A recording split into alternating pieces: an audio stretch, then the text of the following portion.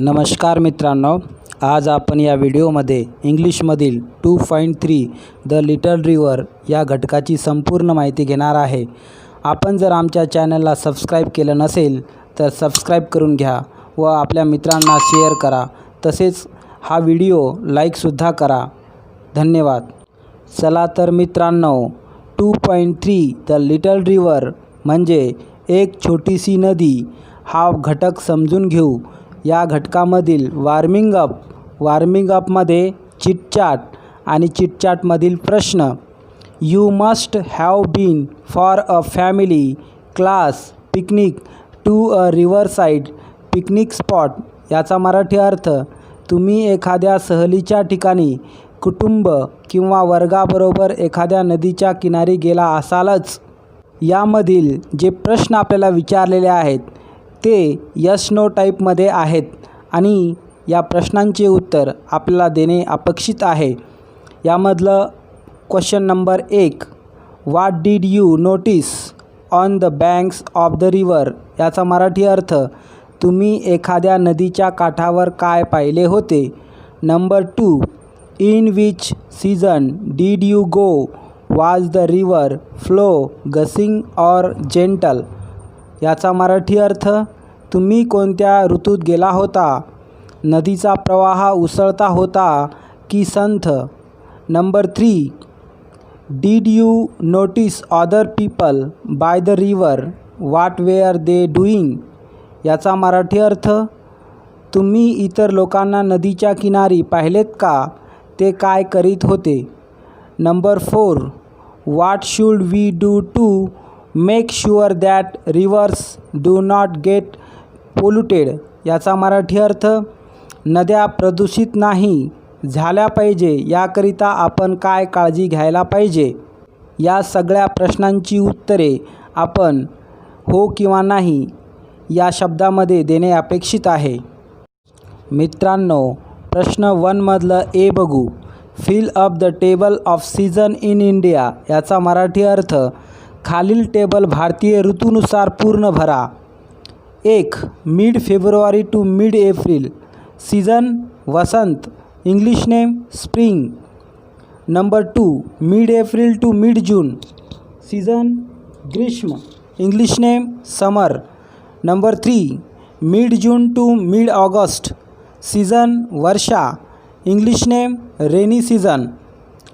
Number 4. Mid August to mid October. Season शरद. English name autumn. Number 5. Mid October to mid December. Season हेमंत. English name pre winter. Number 6. Mid December to mid February. Season शिशिर. English name winter. मित्रांनो, आता प्रश्न 1 मधला B बघू. Match the weather with the seasons. याचा मराठी अर्थ, ऋतूनुसार हवामान यांच्या जोड्या जुळवा. यामधलं 1 विंटर याची जोडी डी कोल्ड.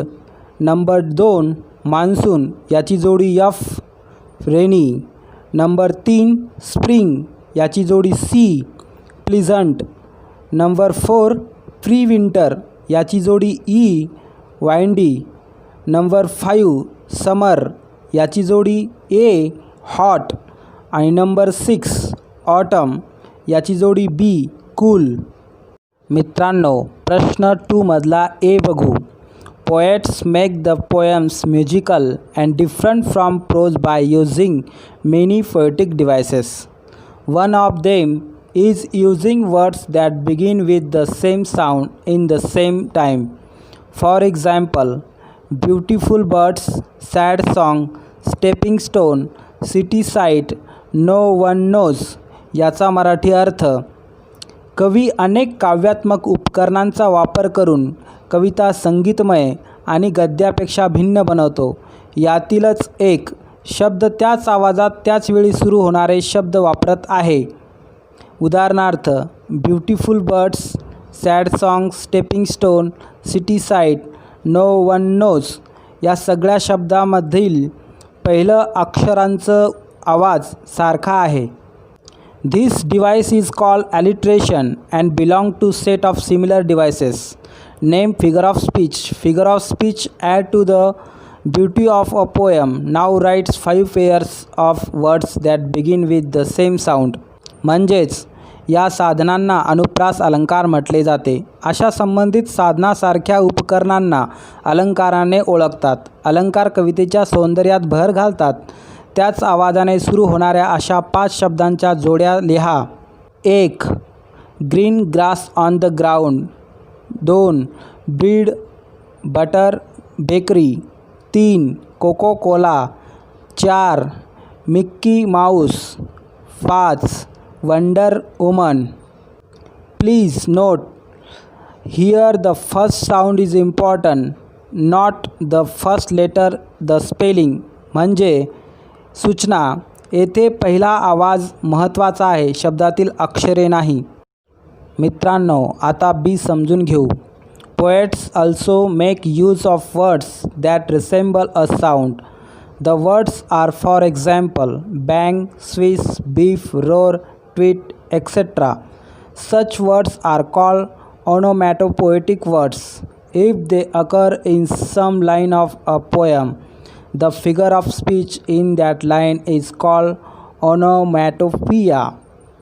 याचा मराठी अर्थ: कवी देखील सारख्या आवाज असणाऱ्या शब्दांचा वापर करतात. शब्दांचे उदाहरण: बँग मोठा आवाज, स्विस जोरदार तडाखा देऊन तोडण्याचा आवाज, बीप पुन्हा पुन्हा कानावर येणारा सूचनांचा आवाज, रोर गर्जना, ट्वीट चिवचिव असा आवाज इत्यादी. अशा शब्दांना ध्वनी अनुकरणात्मक शब्द म्हणतात. जर ते एखाद्या कवितेच्या काही ओळीमध्ये दिसले तर त्या ओळीमध्ये ध्वनी अनुकरण अलंकार आहे असे म्हटले जाते. मित्रांनो, क्वेश्चन नंबर 3 समजून घेऊ. Play a game.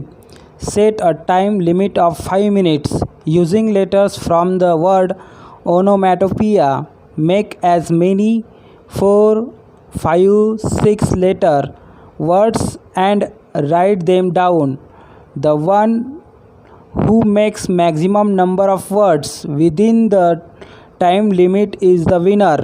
म्हणजेच एक खेळ खेळूया. 5 मिनिटाचा वेळेचा संच करा. 4 किंवा 5 किंवा 6 अक्षरे वापरून ध्वनी अनुकरण अलंकाराचे शब्द तयार करून ते लिहा.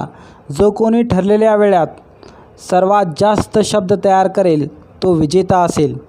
आपण उदाहरणासाठी 4 अक्षराचे 2 शब्द 2 ओळीमध्ये म्हणजे 4 शब्द, 5 अक्षराचे 4 शब्द आणि 6 अक्षराचे 4 शब्द उदाहरणासाठी आपण या ठिकाणी दिलेले आहेत. तुम्ही ते बघून त्याप्रमाणे आणखीन शब्द शोधायचे आहेत. मित्रांनो, कविता समजून घेण्याअगोदर कवितेमधील जे अवघड शब्द आहेत हे अवघड शब्दांचं अर्थ आपल्याला समजलं पाहिजे. याकरिता मी या ठिकाणी 30 शब्द घेतलेले आहेत आणि हे 30 शब्द आपल्याला वाचनासाठी दिलेले आहेत. आपण या सगळ्या शब्दांचं वाचन करावं, ते समजून घ्यावे. मित्रांनो, आता कवितेचा अर्थ समजून घेऊ. द लिटल रिवर म्हणजे एक छोटीशी नदी. Our little river it meanders along. In summer the water is only knee deep and cows and carts can cross it with ease. For the banks though high are not too steep. म्हणजेच आपली छोटीशी नदी वळणे घेत वाहते. उन्हाळ्यामध्ये गुडघ्यापर्यंतच पाणी राहते. त्यामधून गायी गाडीबैल सहज पार करतात. किनारा खूप उंच आहे पण जास्त भिजलेला नाही. No sign of slime. The sand shine bright on one shore. Kash fields blossom white. Chirping mynas throng that site. The jackals howl is heard there at night. म्हणजेच चिखल आढळत नाही, फक्त वाळूच चमकते. किनाऱ्यावर पांढरी फुले असणारी उंच बहरून आलेली गवत असतात. तिकडे मैनांचे चिवचिव असा आवाज ऐकू येतो आणि रात्रीला कोल्याची कोलेकुई ऐकू येते. Across like groves of mango and palm. The village priest dwell in their cool shade. Girls and boys bath close to the bank splashing with their gamchas as they wade. म्हणजेच मध्ये आंब्याची आणि ताडीची झाडे वाढलेली असतात. तिथे गावातील पुजारी थंड सावलीत घरे करून राहतात. मुली आणि मुले किनाऱ्यावर आंघोळ करतात. पाणी खोल नाही तिथे जाऊन पंचाने किंवा टॉवेलने पाणी उडवतात. At dusk and dawn when their bath is done, they dip washcloths to trap small fish. To their household task the wife returns, having used river sand to scour each dish. म्हणजे संध्याकाळच्या आणि सकाळच्या वेळी त्यांची आंघोळ झाल्यानंतर उताराच्या ठिकाणी जाळीदार कपड्याने लहान मासे पकडतात. स्त्रिया घरातील त्यांची सगळी कामे संपवून परत जाऊन नदीच्या वाळूचा वापर करून भांडी घासतात. In Ashad clouds gather, the waters rise, the rivers inspect, the current grows strong, the air is rife with bubbling sounds. As the muddy torrent swirl along, the wood ashore street to life again, and our village wakens to celebrate the rain. याचाच अर्थ आषाढमध्ये ढग जमा होतात, पाणी वाढते, नदीला अचानक पूर येतो, पाण्याची पातळी वाढते, हवा चारी बाजूने सळसळ आवाज करत वाहते आणि गढूळ पाणी भोवरे करत वाहते. पुन्हा नदी किनारी झाडे या आवाजाने जागे होतात आणि आमचा गाव या पाण्याचा उत्सव साजरा करण्यासाठी एकत्र येतो. मित्रांनो, आता इंग्लिश वर्कशॉप समजून घेऊ. Question number 1 in A name the following from the poem. कवितेमधून खालील नावे लिहा. Number 1 2 trees palm and mango.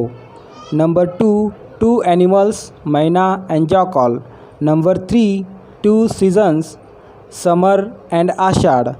Number 4 2 non English words gamchas and Ashadh.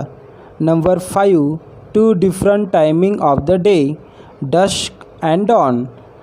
Number B, pick from the poem words that describe sound. म्हणजे कवितेमधून आवाजाचे वर्णन करणारे शब्द निवडा. Number 1 chirping. Number 2 hall. Number 3 bubbling. Number 4 swirl. Question number C, pick out words that describe the flow of the river water. म्हणजे नदीच्या पाण्याचा प्रवाह वर्णन करणारे शब्द निवडा.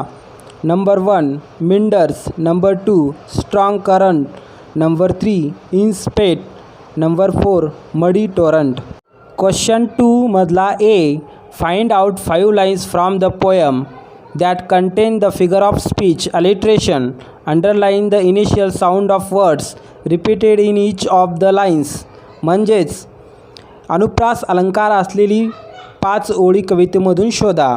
प्रत्येक ओळीतील पुन्हा पुन्हा आलेली शब्दामधील पहिल्या अक्षराच्या उच्चाराला अधोरेखित करा. आणि ह्या 5 ओळी खालीलप्रमाणे आहे. And cows and carts can cross it with ease. No sign of slime. The sand shine bright. Girls and boys bath close to the bank. At dusk and dawn. Once their bath is done. They dip wash clothes to trap small fish. Question number 2 मधला B, pick out 4 lines that contain the figure of speech onomatopoeia.